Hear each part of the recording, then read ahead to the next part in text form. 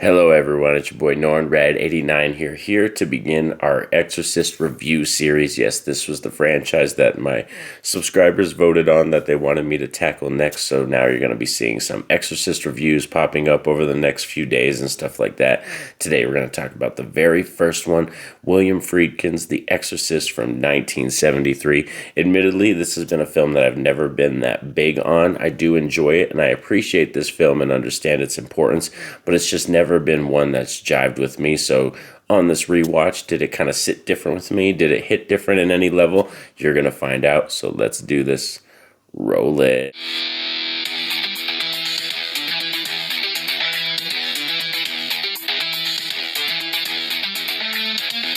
So The Exorcist from 1973 is probably heralded as one of the most scariest and greatest horror films of all time. They actually won an Academy Award for Best Sound Mixing when they came out, and this is one of those films that has just like a huge following in terms of the people that enjoy this film, the people that love this movie. And I think this is also one of those films that's a prime example of you had to be there to experience it, you know what I mean? Just to really feel the importance of what this film did. So for me, coming from my perspective and my view of this film, I've never been that big on it because I got introduced to it later in life. By the time I saw The Exorcist, I'd seen a plethora of other horror movies, like a ton. I think the first time I watched The Exorcist, I was probably like 11 or 12. I want to say I was like 11 or 12 the first time I ever watched this movie and sat down and fully watched the whole thing.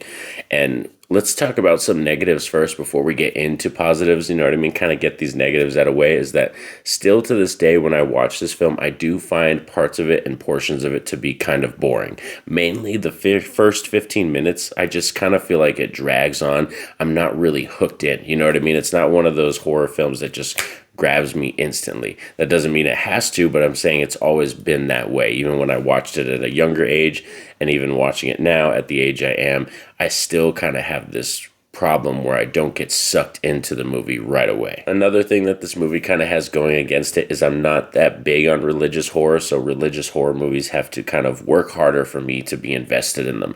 It's just not something I jive with that much. Like I said, The Omen, The Exorcist, like there's just films that I just don't gravitate towards when it comes to religious horror and all that kind of stuff, but there are ones that I really like. Like I said, Exorcism of Emily Rose is a fantastic one.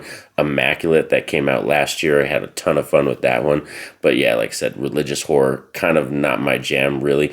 And also I feel like this film, The Exorcist, is another example of a film that kind of the stuff surrounding it and the stuff that happened during the pre-production and post-production and stuff, I kind of find that to be more interesting. The stories of what happened on set and, you know, the torturous things that Linda Blair had to go through and stuff like that, and kind of William Friedkin's directing style and how kind of he was kind of like very much a Tobe Hooper kind of character, you know what I mean? He was a director that went very method and asked his actors to do a lot and asked a lot of them.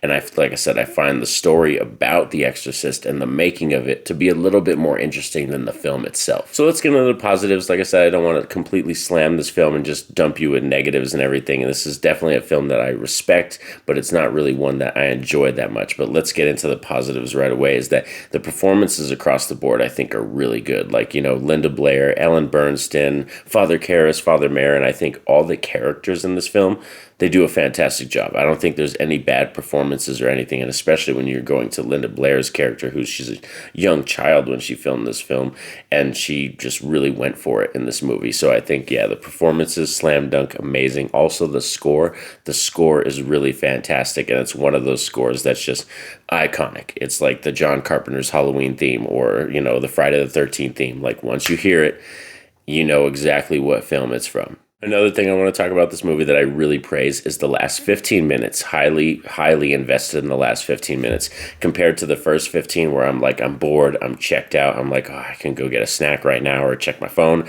When we get to the last 15 minutes, I'm basically glued to the screen. Once we get into the exorcism, it is balls to the wall for real. Karras and Merrin really command every aspect of that screen, and then to have Linda Blair there with that amazing sound mixing that they do with her voices and the layered voices and stuff like that. Yeah, I'm definitely hooked to the screen once we get to the exorcism part. So this film, like I said, it doesn't have a ton of negatives or anything like that. It's just one that I never really jived with. And like I said, in terms of Exorcist franchise, there is one in this franchise that I enjoy highly more than this film when we get to it. But definitely on this rewatch, I found that like I said, I had more fun with the score, more fun with the performances. And once we got to the exorcism part, I was highly invested. So like I said, this time on this rewatch, I did bump my star rating up a little bit for The Exorcist. I know some people are being like, they're clicking off the channel, and subscribers are like, shame on you, Robert. Like, what's wrong with you? You know what I mean? This is a 5-star horror film. It's just,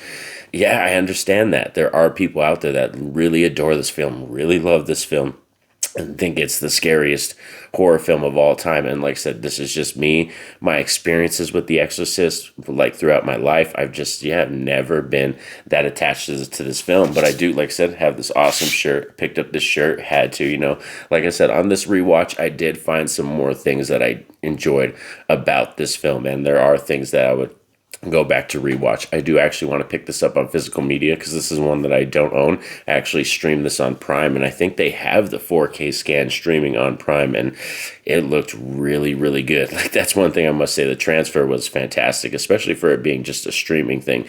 It really came out really good. So yeah, The Exorcist, I highly recommend, and I think this is, like I said, one I'm definitely going to own into the collection or add into the collection once I go out there and find the 4K for this bad boy. But now that we discussed The Exorcist, let's talk about the Radd rating. And the Radd rating in my book for The Exorcist, this film's going to get an 8 out of 10. Like I said, I bumped this up. I think the last time I rated this film or talked about it, I gave it like a 7 out of 10 or like a 3-star. And now, I bumped it up to a 3.5 star. So it's like, 7.5, like an 8 out of 10 film for me now. And said, like, maybe on more rewatches, I'll find some more enjoyment and it'll kind of grow on me. That's always the possibility. That's always why I give films a second chance, because when you watch a film the first time, there could be circumstances, there could be things you don't understand or you don't pay attention to. So I recommend always giving a film at least a second chance, because you never know when you dive in another time how you're going to feel about a certain film. But please like the video. That definitely helps out the channel. Subscribe if you're new to the channel and have that notification bell poked so you're notified anytime I drop a video. And also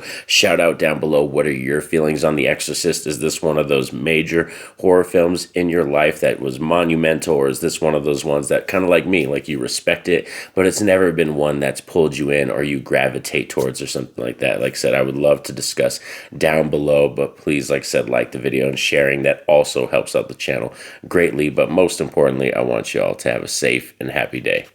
Peace out.